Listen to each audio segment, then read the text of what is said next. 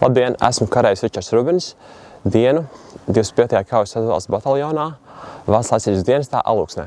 Pirms es atnācu uz Valsts aizsardzības dienestu, mani visvairāk uztrauc tas, kāda būs disciplīna, kāds mums bļaus, kā mums randīs, bet tagad jau ir daudz vieglāk var visu sakārtot un saprast. Visvairāk no pozitīvā es cerēju, ka būs kārtīga disciplīna, būs labi fiziski attīstīs, iemācīs visas karavīru pamatprasmes, un tā arī bija. Manis lielākais izaicinājums bija ievērot visu militāro kārtību un disciplīnu, visam sakot līdzi, izdarīt visu pareizi, bet pie tā arī varēja pierast, un ar laiku tas ir vieglāk.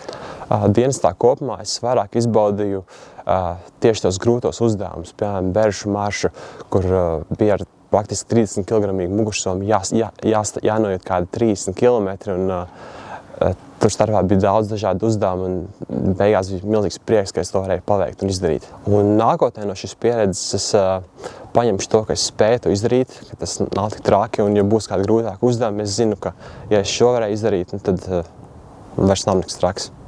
Nākamajiem karavīriem es ieteiktu neuztraukties. Nav tik traki, kā filmās rāda.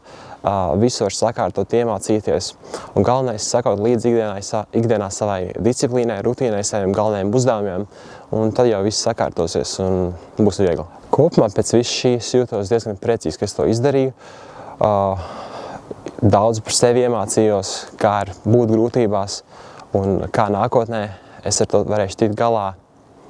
Un man no šī paliks kopumā pozitīvas atmiņas.